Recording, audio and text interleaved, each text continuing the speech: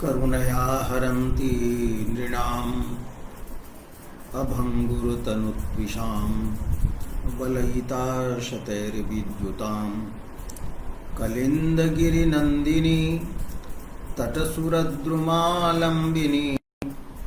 मदीयमतिचुम्बिनी भवतु कापि कादम्बिनी।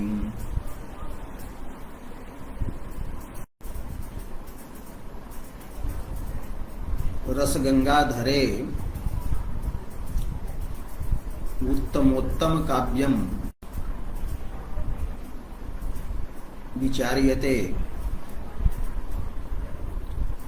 अस्य काव्यस्य लक्षणं पूर्वमेव प्रतिपादितम्।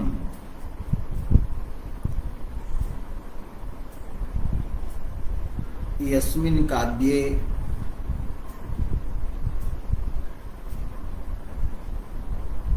शब्दः अर्थश्च गुणीभावितः भवतः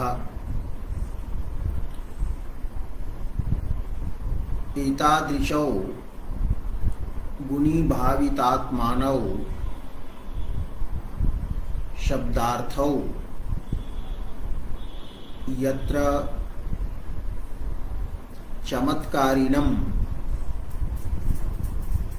प्रधानम् अर्थं व्यंजनया प्रतिपादयतः तत्काव्यम् उत्तमोत्तमं कथ्यते। अस्यैव काव्यस्य प्राचां मते ध्वनिसंज्ञा अस्ति। अस्य उत्तमोत्तम काव्यस्य उदाहरणं प्रथमं शयिता सविधेऽप्यनीश्वरा इत्यादि पद्यं दत्तम्। तत्र गतसप्ताहे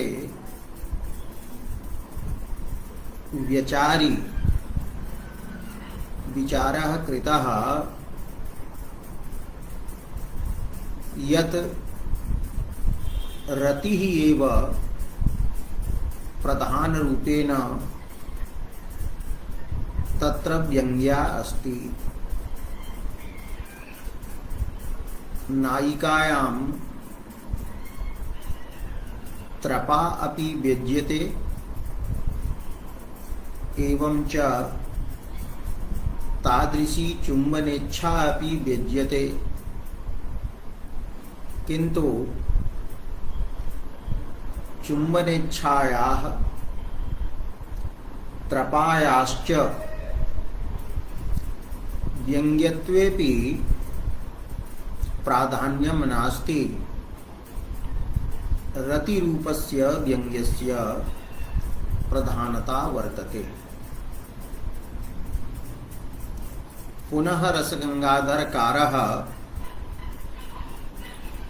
उत्तमोत्तम काव्यस्य द्वितीयम् उदाहरणं ददाति। तद्वितीयम् उदाहरणं वर्तते गुरुमध्यगता मया नतांगी निहता नीरजकोरकेन मन्दं दरकुण्डलताण्डवं नतभ्रुलतिकं मामवलोक्य घूर्णितासीत्। अत्र आसीत् इति क्रियापदं वर्तते। तो आसीत् अभवत् का वर्तते सा? तर्हि नतांगी अर्थात काचन नायिका वर्तते। अत्र कश्चित् नायकः स्वनायिका वृत्तान्तं कंचित मित्रं प्रति कथयति। हे मित्र, शृणु मदीया या प्रियतमा वर्तते सा प्रियतमा नायिका आसीत् अभवत जाता। कीदृशी सा आसीत् तो गुरु मध्य गता। गुरवः श्वश्रु प्रभृतयः आसन् तर्हि श्वश्रु प्रभृतीनां गुरुजनानां मध्ये सा स्थिता आसीत् तो गुरु मध्य गता। अहं तदानीम् उपस्थितः तदा सा नायिका कीदृशी अभवत् नतांगी। नतानि नम्राणि अंगानि यस्याः सा नतांगी। मुखादीनि अंगानि यस्याः नतानि जातानि नम्राणि जातानि। अंगानां नम्रतायाः कारणं लज्जा वर्तते। यतोहि गुरवः तत्र उपविष्टाः सन्ति तत्रैव नायिका वर्तते। तदानीं नायकः अपि उपस्थितः। नायिका नायकं दृष्टवती। अतः सा स्वकीयं मुखं नम्रं कृतवती। अंगानां नमनेन प्रतीयते यत् सा लज्जिता जाता। लज्जायाः कारणं तत्र गुरुजन सामीप्यं प्रियतम सामीप्यं च।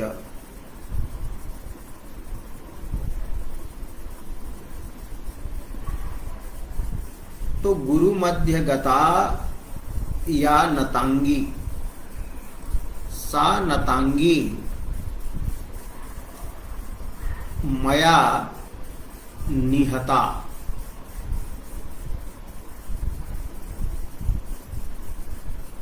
मया निःशेषेण हता। केन नीरजकोरकेण। मम नायकस्य करे नीरजस्य कमलस्य कोरकम् आसीत्, कलिका आसीत्। सा कमलस्य कलिका मया नायिकायाः उपरि प्रक्षिप्ता। तेन नीरजकोरकेन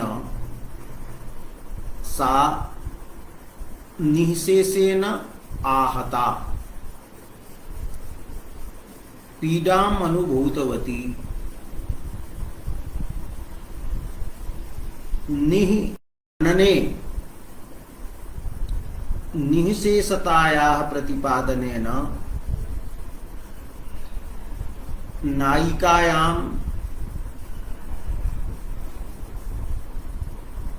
पीड़ा व्यथा प्रहारजन्या व्यथा द्योत्यते। पुनः नायकः कथयति यद्यपि सा मंदम निहता। नीरज कोरकम मया तथा प्रक्षिप्तम।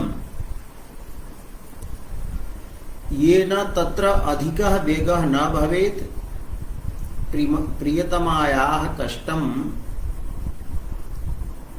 न स्यात्। किन्तु प्रियतमा एतादृशी कोमलांगी वर्तते यत् मंदं प्रक्षिप्तेनापि नीरजकोरकेण सा निःशेषं हता, अधिकम् आहता जाता। तदा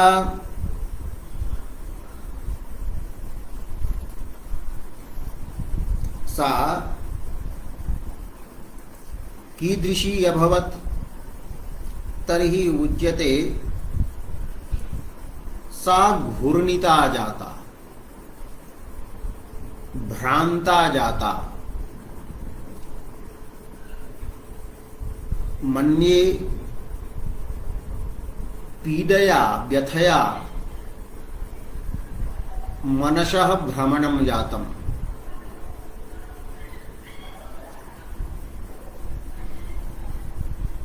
तेन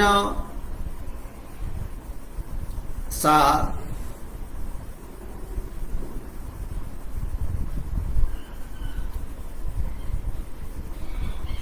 क्रुद्धा जाता। कथयति गुरुमध्य गता नीरजकोरकेण मंदम निहता नतांगी घूर्णिता आसीत्।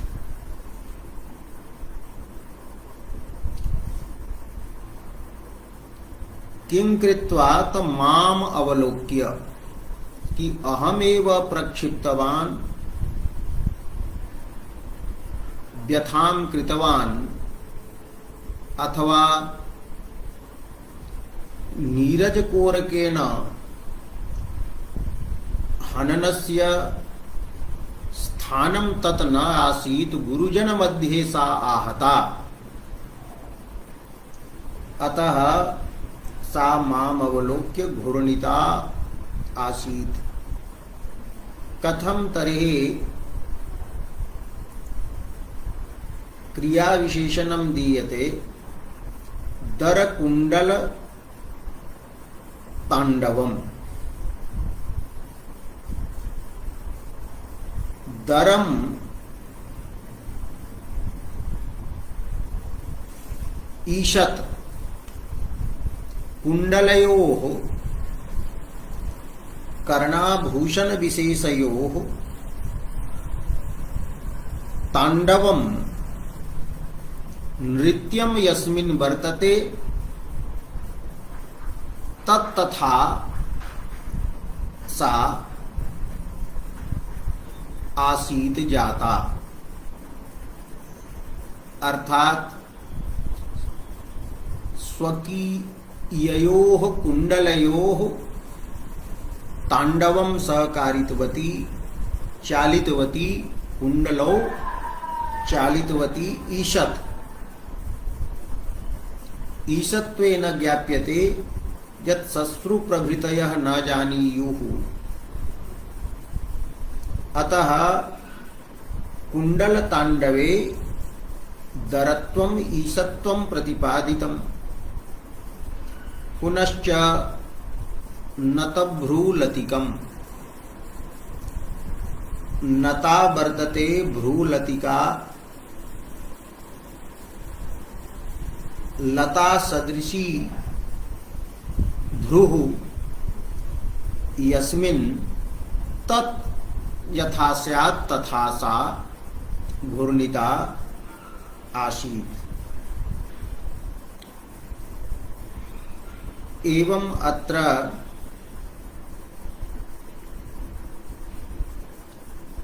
गुरुमध्यगतायाः नायकेन नीरजकोरकेन मंदं निहितायाः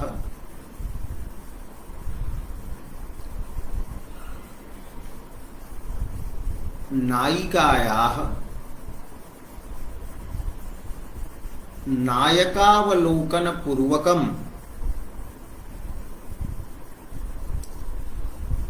कुण्डलयोः ईषच्चालनं भ्रूलतिकयोः नमनं यत् वर्णितं तद्वाच्यं वर्तते वाच्यार्थः अस्ति।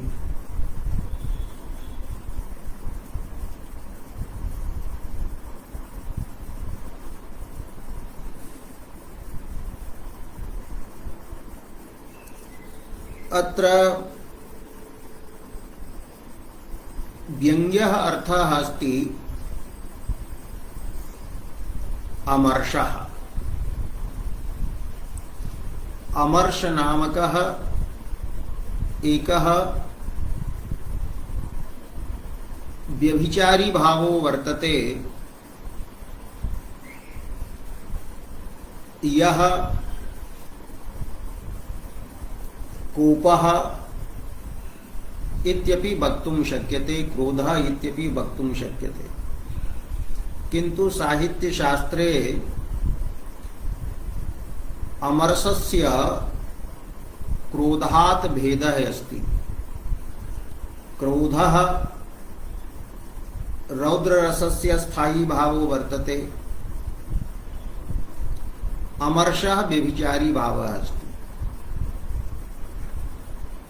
अनयोः भेदस्य कारणभेदः वर्तते।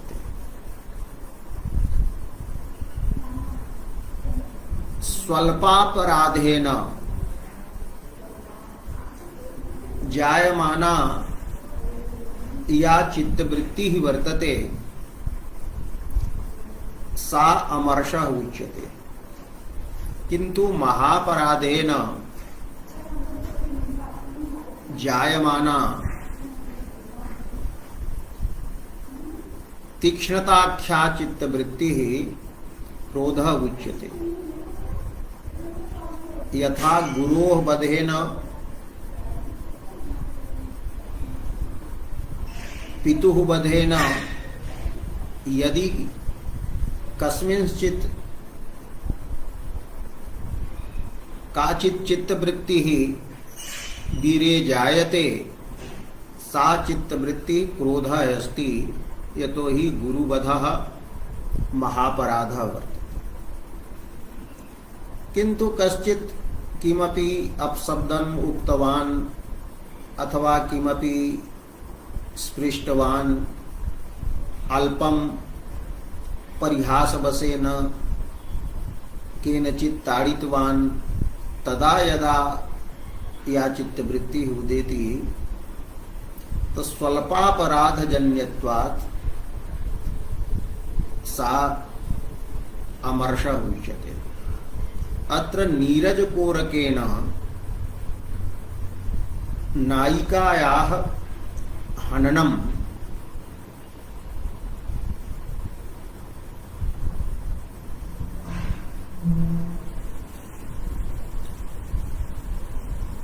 महापराधः नास्ति,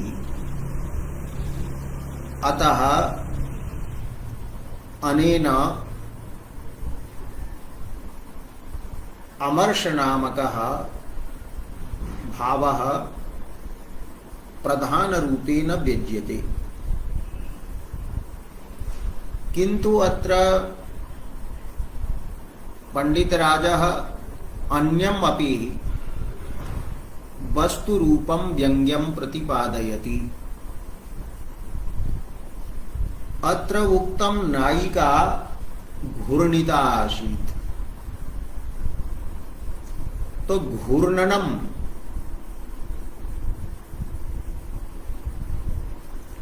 अमर्षेणापि भवति, व्यथयापि भवति। अतः घूर्णिता आसीत् इति कथने न व्यज्यते, यत् नायिका तम वक्तुम इच्छति यत् त्वं मूर्खः असि असमीक्षकारी असि। यह विचार्य न करोति सो समीक्षकारी। अत्र एतादृशस्य परिहासस्य स्थानं नास्ति, यतो हि अहं गुरुजन मध्ये स्थितास्मि। अत्र त्वया नीरजकोरकेन मया अहं या आहता, तत्र नीरजकोरकेन हननं द्योतयति यत् त्वयि विचारः नास्ति। किं कुत्र कर्तव्यं कदा कर्तव्यं देशकालयोः विचारः त्वयि नास्ति। अतः त्वं असमीक्षकारी असि। अतः हे असमीक्षकारिन्, त्वं गुरुजन मध्ये इदं नीरजकोरकेन मम हनन रूपम अनुचितं कर्म किं कृतवान् इति अर्थः अत्र वस्तुरूपः अर्थः प्रतीयते। तेन संबलितः पोषितः तेनापि अभिव्यञ्जितः अत्र अमर्षः प्रधान रूपेण प्रतीयते। यद्यपि अत्र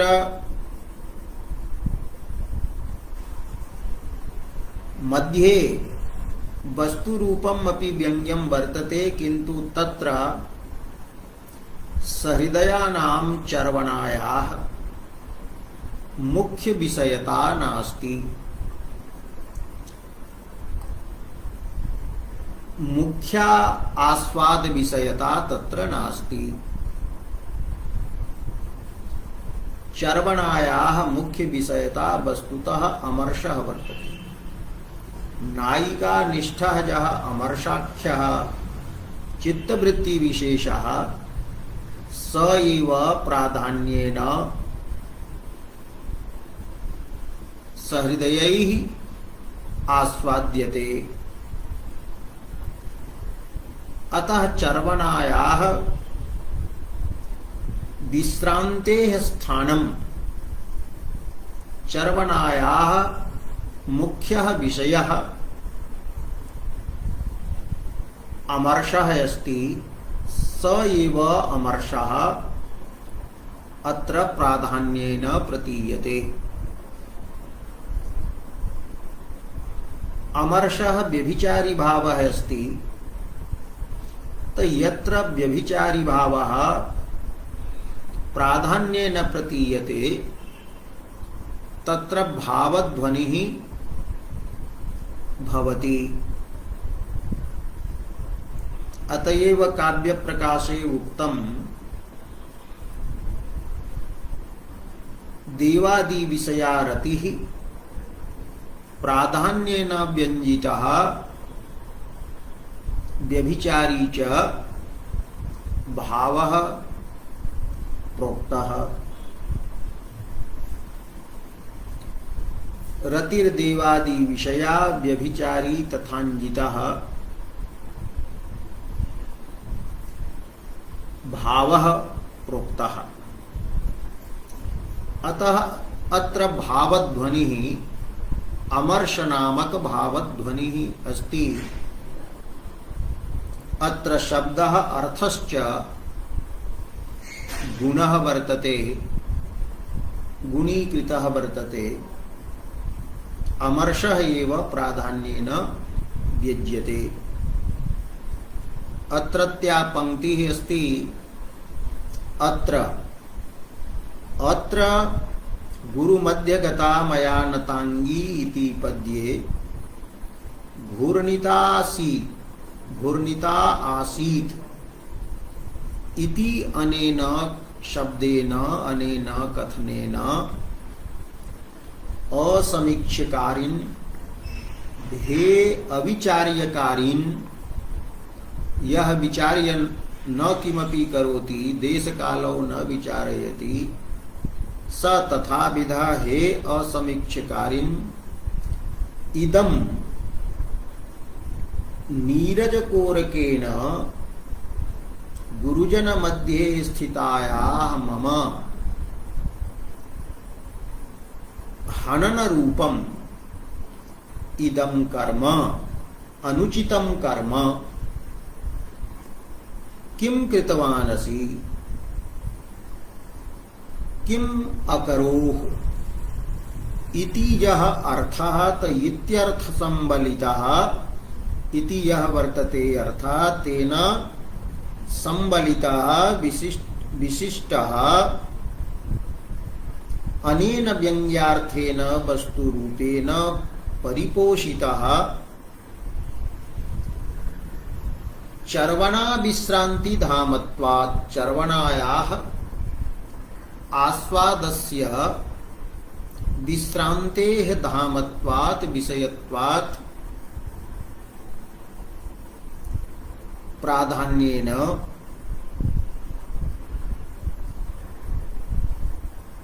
व्यज्यते। एवं उत्तमोत्तम काव्यस्य द्वितीयम् उदाहरणम् एतत् अस्ति। अग्रे उच्यते तत्र शब्दः यः वाक्यरूपः वर्तते, अर्थश्च यः वाक्यार्थ रूपः स गुणः वर्तते। इत्थं प्रथमे उदाहरणे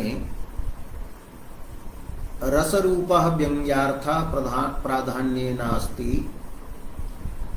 द्वितीये उदाहरणे अमरसरूपः भावः प्राधान्येन व्यङ्ग्यार्थः अस्ति।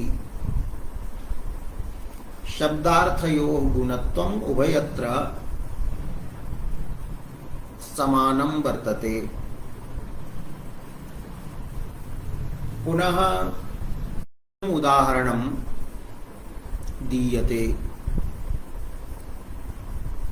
तद् अस्ति तल्पगतापि च सुतनुः श्वासा संगमनया सेहे संप्रतिशा हृदयगतं प्रियपाणिं मंदमाक्षिपति।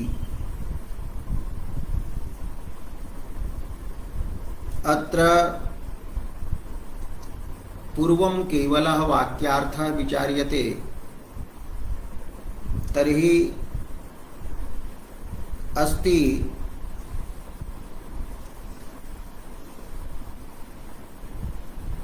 या सुतनुः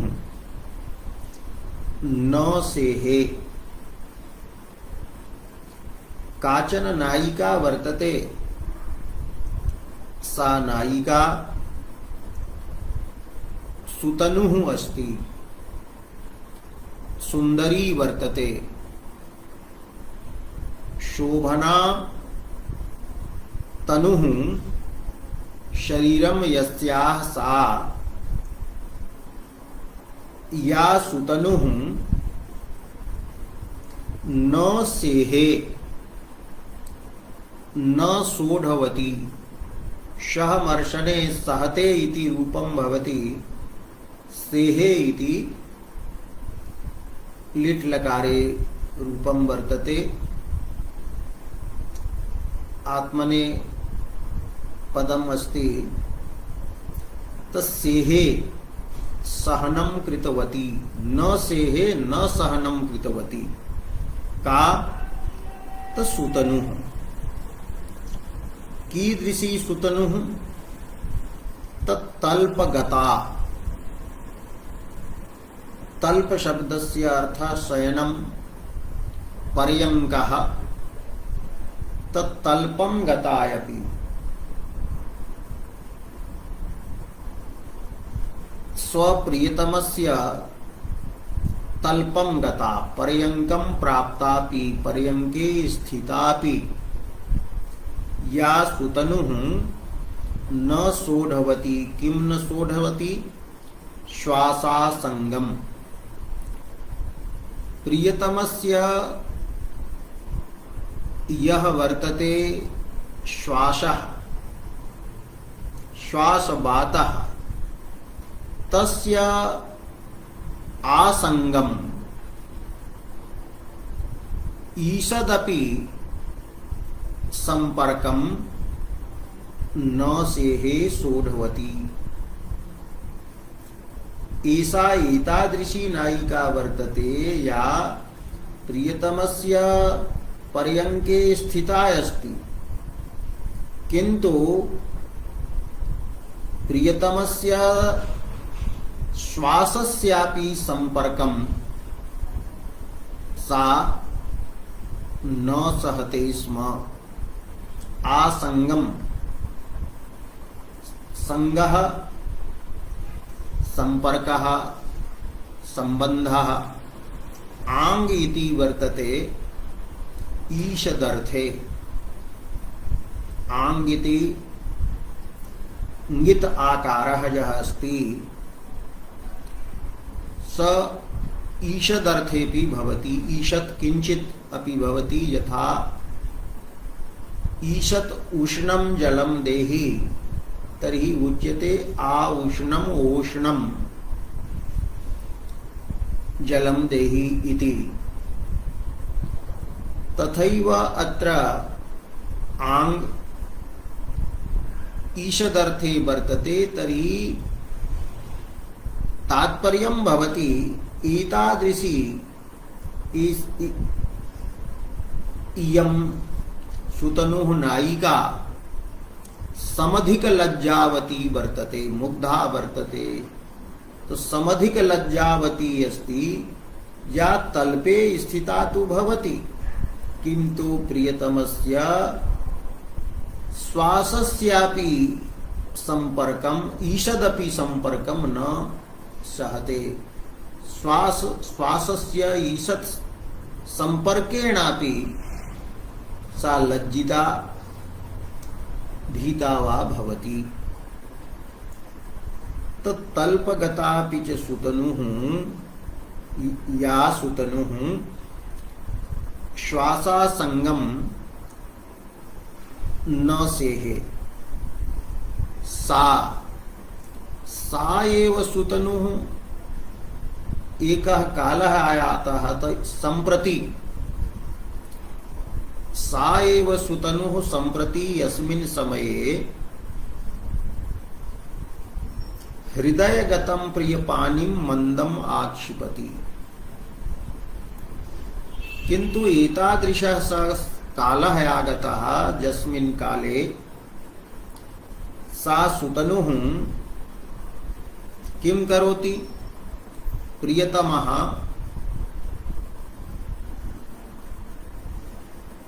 तस्याः वक्षस्थले स्वकीयं हस्तं स्थापयति किन्तु सा सुतनुः स्वहृदयगतं प्रियस्य पाणिम् आक्षिपति। यत्र पूर्वं प्रियतमस्य हस्तः आसीत् तत्रैव स्वहस्तात् तस्य हस्तं स्थापयति।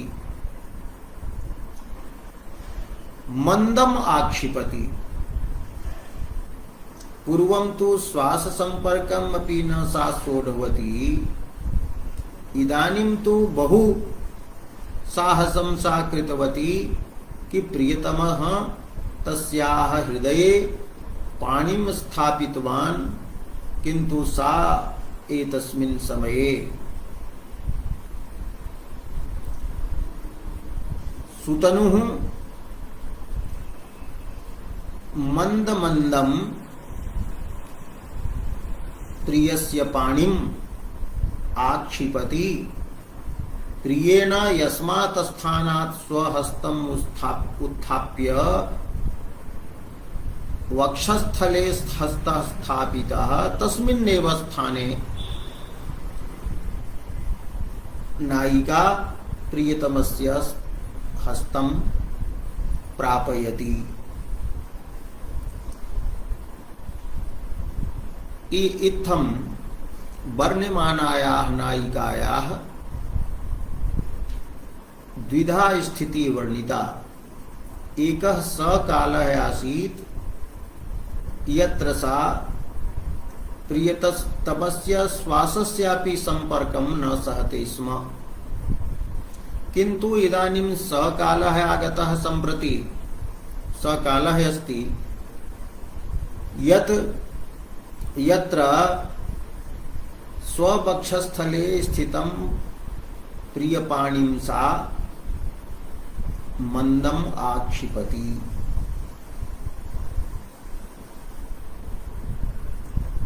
अत्र सम्प्रति शब्दः प्रयुक्तः।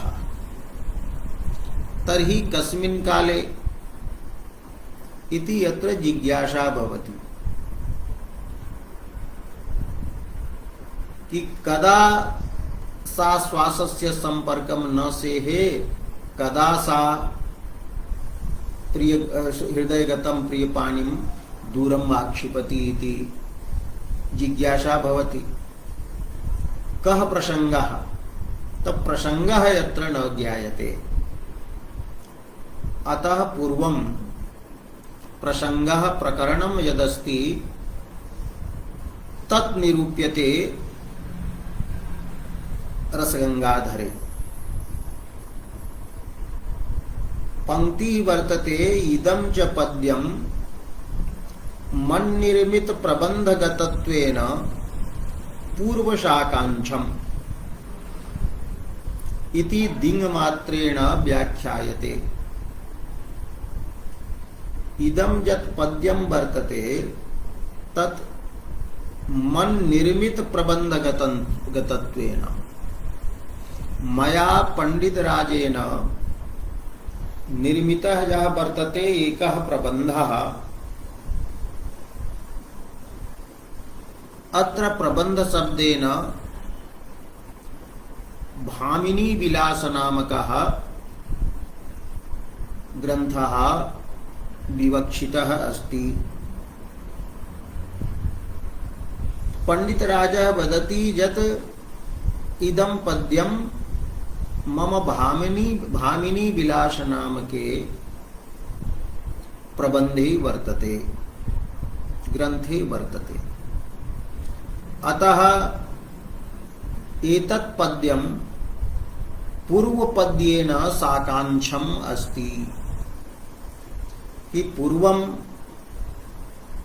या वर्ण्यमाना नायिका वर्तते सा अस्ति नवोढा। नवोढायाः प्रकरणं वर्तते। नवा ऊढाया वर्तते नवविवाहिता, तस्याः प्रकरणम् अस्ति।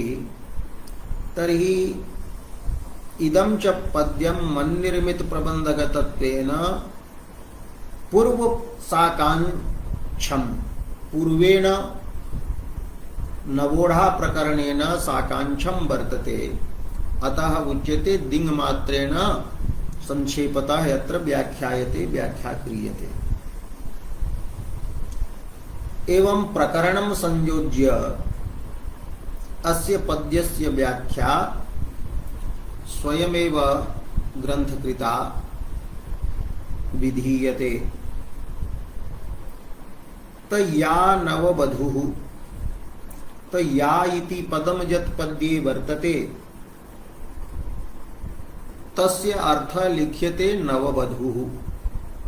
या इति नववधूं परामृशति। तल्पगता इत्यस्य व्याख्यानं वर्तते पल्यंक शयिता। तल्प शब्दस्य अर्थः पल्यंकः, पर्यंकः। पर्यंकः पल्यंकः इति एक एव पलंग इति भाषायाम् अर्थः भवति।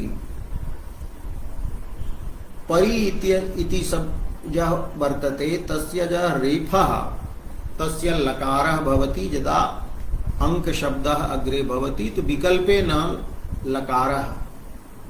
परेश्च घाङ्कयोः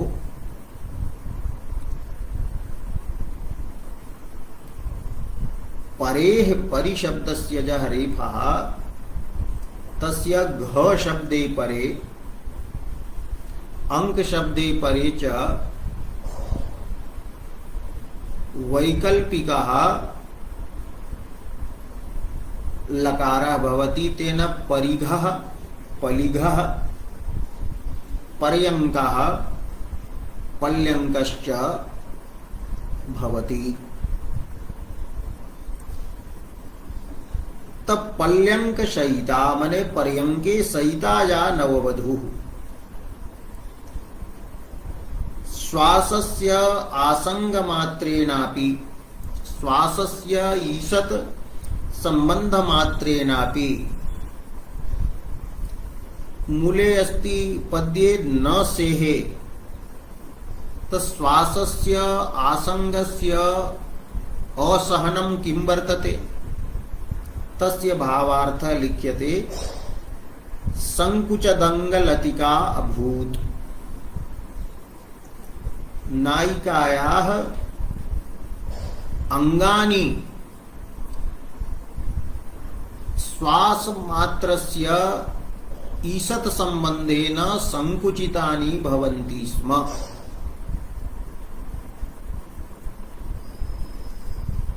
लतिका सदृशानि अंगानि अंगलतिकाः यथा लता कोमला दीर्घा च भवति तथैव अंगानि तस्याः करचरणादि रूपाणि अंगानि तत्संकुचन्ति अंगलतिका लता सदृशम अंगम यस्याः सा अथवा संकुचन्त्यः अंगलतिकाः लतिका सदृशानि अंगानि यस्याः सा अभूत्। प्रियतमस्य श्वासस्य आसंगमात्रेण तस्याः सर्वाणि अंगानि संकुचन्ति स्म। अर्थात स्वांगानि सा संकोचयति स्म लज्जिता भवति स्म। सा एव संप्रति अस्मिन् समये तो संप्रति इति पदेन बोध्यः यः कालः अस्ति स कालः वर्तते कि नवोढा इदानीं ज्ञातवती यत् अयं प्रवासं करिष्यति श्वः मां विहाय अयं गमिष्यति। सा यदा ज्ञातवती तर्हि प्रस्थानात् प्रस्थानात् पूर्वरजनी या वर्तते तस्यां रजन्यां तस्यां रात्रौ सा संकोच शैथिल्यं कृतवती। तस्य नायकस्य श्वासम् अपि सोढवती स्पर्शम् अपि सोढवती एवं च स्ववक्षस्थले करन्यासम् अपि सा सोढवती किन्तु करः क्षणमेव तत्र स्थितः तं करं पाणिं सा पुनः तत्स्थाने स्थापितवती। तो सा संप्रति प्रस्थान पूर्वरजन्यां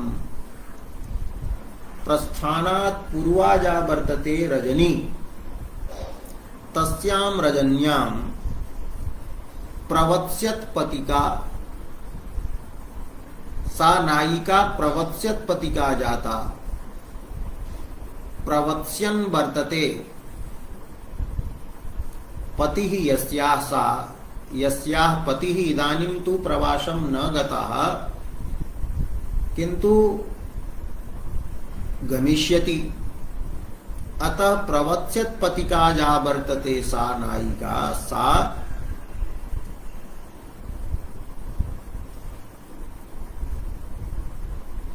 प्रियेण समर्पितम पाणिम। प्रियः अपि विचारितवान् यत् अहं तु श्वः गमिष्यामि, एतावत्यः रजन्यः गताः रात्र्यः गताः, मम श्वास संपर्कम अपि एषा न सोढवती, अद्य न जाने किं करिष्यति। अतः स प्रियः साशंकः जातः, आशंकया युक्तः सन स विचारितवान्, साहसं कृतवान् यत् अद्य अस्याः वक्षस्थले स्वहस्तं न्यस्यामि। तदेव उच्यते सशंकेन प्रियेण, शंकाग्रस्तेन प्रियेण, न जाने अद्य किं करिष्यति, श्वासासंगम न सोढवती, तर्हि मम स्पर्शं कथं एषा सहिष्यते। तर्हि सशंकेन प्रियेण समर्पितम, हृदि समर्पितम, हृदये समर्पितम दत्तम पाणिम हस्तं सा आक्षिपति, तस्या हस्तं दूरे करोति, अपसारयति। कथम? नववधू जाति स्वाभाव्यात्, सा नववधू वर्तते, तो नववधुत्वं तस्यां वर्तते। तो नववधू जातेः नववधुत्वस्य स्वभावः वर्तते। तो नववधूः पुरुषकरस्पर्शं चिरं न सहते, अतः सा करम आक्षिपति। तन्नववधू जाति स्वाभाव्यात् आक्षिपति, किंतु आक्षेपणे, आक्षेपण क्रियायां, अपसारण क्रियायां तीव्रता नास्ति, शीघ्रता नास्ति, मंदता वर्तते। सा मंद मंदम स्ववक्षस्थलात् प्रियतमस्य हस्तं दवयति, अपसारयति। प्रवत्स्यत्पतिका सशंकेन प्रियेण समर्पितं, हृदि समर्पितं पाणिं नववधू जाति स्वाभाव्यात् आक्षिपति।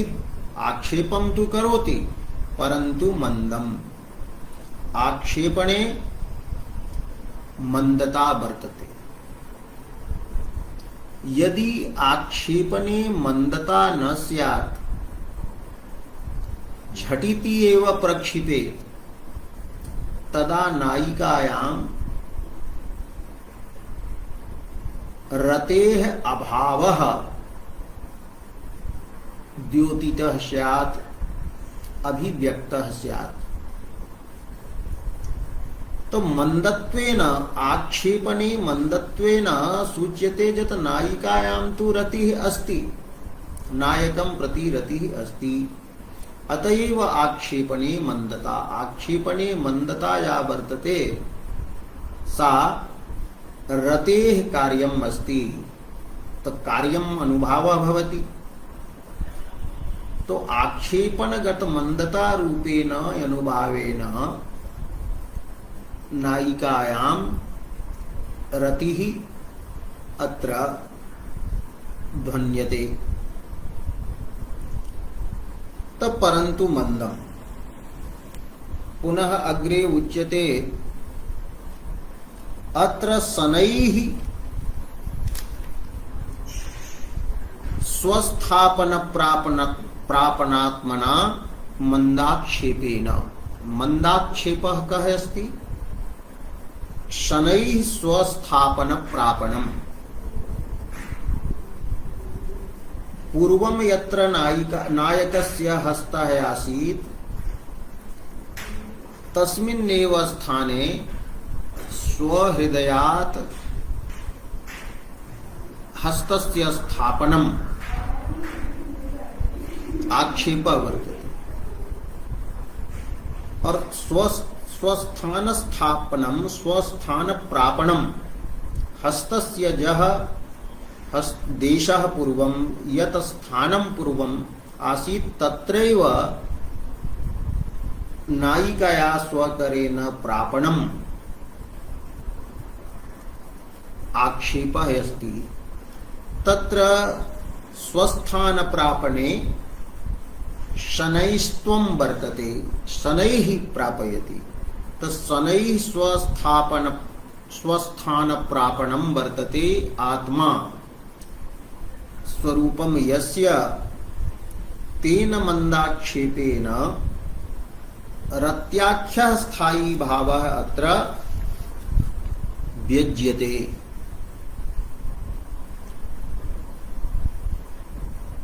किंतु अत्र रत्याख्यः स्थायी भावः संलक्ष्य क्रमतया व्यज्यते। नायिकायां रतिः अस्ति इति तो व्यञ्जनया प्रतीयते, किंतु विलंबतया प्रतीयते। यावत् प्रकरणं न ज्ञायते तावत् संप्रति पदार्थः यः वाच्यः वर्तते स संप्रति पदार्थः अत्र वर्तते प्रस्थान पूर्व रजनी। एवं या इति शब्दस्य अर्थः वर्तते नववधूः। नव या इत्यनेन नववधूरूपः वाच्यार्थः एवं च प्रस्थान पूर्व रजनी रूपः अर्थः यावत् न ज्ञायते व्यंजकः अयम् अर्थः तावत् रतेः व्यञ्जना यत्र न भवति। अत्र प्रकरणादि पर्यालोचनेन व्यंजक वाच्यार्थ ज्ञाने विलंबः भवति। तस्मात् रतिः प्रतीतिः मंथरा भवति। रतिः प्रतीतौ मंदता भवति, विलंबः भवति। एवं प्रकरणादि ज्ञान कारणात् विलंबात् अत्र या रतिः वर्तते सा संलक्ष्य क्रमतया व्यज्यते। तदेव उच्यते अत्र शनैः स्वस्थापन प्रापणात्मना मंदाक्षेपेन रत्याख्यः रतिः वर्तते आख्या नाम यस्य सस्थायी भावः संलक्ष्य क्रमतया व्यज्यते। संलक्ष्य वर्तते क्रमः वाच्य व्यंग्य प्रतीत्योः क्रमः यत्र संलक्षक क्रमः। तो संलक्षक क्रमः यत्र रत्याख्या भावः तो संलक्षक क्रमस्य भावः संलक्षक क्रमता तया व्यज्यते। एवं रत्यादि रूपः भावः यः रसः वर्तते सोत्र संलक्षक क्रमः अस्ति। अत्र पुनः प्रश्नः उदेति मम्मटादिभिः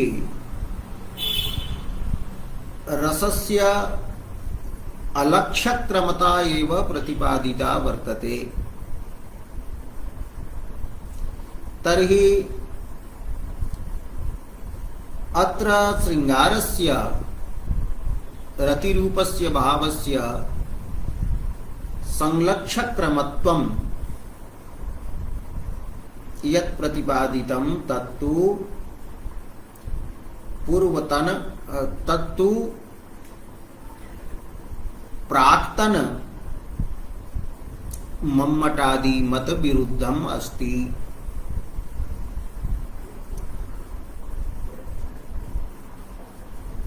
एवं अयम पूर्व पक्षः भवति। तस्य उत्तरं दीयते कि रत्यादयः अपि संलक्षक्रमाः भवन्ति इति अहम् अस्य एव आननस्य अन्ते विचारयिष्यामि। तदेव उच्यते उपपादयिष्यते युक्त्या साधयिष्यते च स्थाय्यादीनामपि संलक्ष्यक्रम व्यङ्ग्यत्वम्। स्थायिनः व्यभिचारिणश्च ये भावा सन्ति तेषामपि संलक्ष्यक्रम व्यङ्ग्यत्वं भवति। एते संलक्ष्यक्रम व्यङ्ग्याः सन्ति इति उपपादयिष्यते युक्त्या प्रतिपादयिष्यते। अत्र अतः विशेषतः न प्रतिपादयिष्यते। तत्र प्रतिपादितम् अस्ति यत् यत्र विभावानुभाव व्यभिचारिणः स्पष्टाः भवन्ति, प्रकरणादि ज्ञानस्य अपेक्षा एव न भवति, प्रकरणादयः स्फुटाः सन्ति। प्रकरणस्य स्फुटत्वे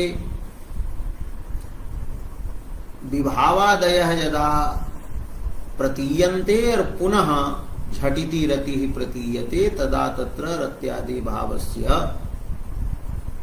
संलक्ष्य असंलक्ष्य क्रमत्वं भवति। किन्तु यत्र तु प्रकरणं विचार वेद्यं भवति एतादृशं पद्यम् अस्ति यत्र विचारेण प्रकरणं वेद्यं भवति। यथा यत्रैव सम्प्रति सा हृदयगतं प्रियपाणिं मन्दमाक्षिपति। तो सम्प्रति तो अस्मिन् काले कस्मिन् काले और स कालः कः यत्र श्वासासंगमना सा सहते स्म। अतः प्रसंग ज्ञानाय प्रबन्धः तत्र अन्वेषणीयः भवति। इत्थं रत्यादि भाव व्यंजक विभावादि ज्ञाने यदा विलम्बः भवति तदा तत्र रत्यादि ज्ञाने चमत्कृतिः मंथरा जायते, न्यूना मंदमंदा जायते। अतः क्रमः तत्र स्फुटः भवति इत्येव प्रतिपादितम् अस्ति पंडितराजेन। अत्र मर्म प्रकाशे पंडितराजमतं समालोचितम्। रत्यादीनाम् अलक्षक क्रमता एव साधिता इत्यादि तु अन्यत् वर्तते। तत्तु तस्मिन् प्रसंगे विशेषतः विचारयिष्यते। उपपादयिष्यते च स्थायीयादीनामपि संलक्ष्यक्रम व्यङ्ग्यत्वम्। एवं उत्तमोत्तम काव्यस्य त्रीणि उदाहरणानि रसगंगाधर कृता प्रतिपादितानि। शयिता सविधेप्यनीश्वरा इत्यत्र रत्याख्यस्य भावस्य प्राधान्येन व्यङ्ग्यत्वम्। गुरुजन मध्यगता इत्यत्र अमरसस्य भावस्य प्राधान्येन व्यङ्ग्यत्वम्। सो मर्षः वस्तुरूपेण व्यङ्ग्येन पोषितः अस्ति। तृतीयम् उदाहरणं यत् अस्ति तल्पगतापि च सुतनुः। अत्रापि रत्याख्या भावः प्राधान्येन व्यज्यते किन्तु तत्र रत्याख्या भावः संलक्ष्यक्रमः अस्ति इति भेदः। अयमेव उत्तमोत्तम भेदः यः वर्तते तमेव प्राचीनाः ध्वनि काव्यं कथयन्ति इति वदति। अमुमेव प्रभेदं ध्वनिम् आमनन्ति। प्राचीनाचार्याः ध्वनिं कथयन्ति यत्र शब्दार्थयोः गुणीभावः भवति व्यङ्ग्यस्य च प्राधान्यं भवति। यत्र शब्दार्थो व्यङ्ग्यपरो भवतः तत्र ध्वनिकाव्यम् इदमेव उत्तमोत्तमं काव्यं वर्तते। इत्थम् अद्य उत्तमोत्तमकाव्यस्य त्रीणि यानि उदाहरणानि दत्तानि पण्डितराजेन तानि यथामति विचारितानि। पुनः अग्रिमे दिने काव्य प्रकाशे यत् ध्वनिकाव्यस्य उदाहरणं प्रसिद्धं निशेषच्युतचन्दनं वर्तते तत्र अप्पय्यजी दीक्षित कृत व्याख्यानं किम् अस्ति तत्र दोषः कः वर्तते कथम् आलोचितं पण्डितराजेन इति विचारयिष्यते। अद्य एतावदेव। श्वः व्याख्यानं न भविष्यति कार्यविशेषवशात्। पुनः बुधवासरे अस्मिन्नेव समये 7:00 भविष्यति। अस्तु।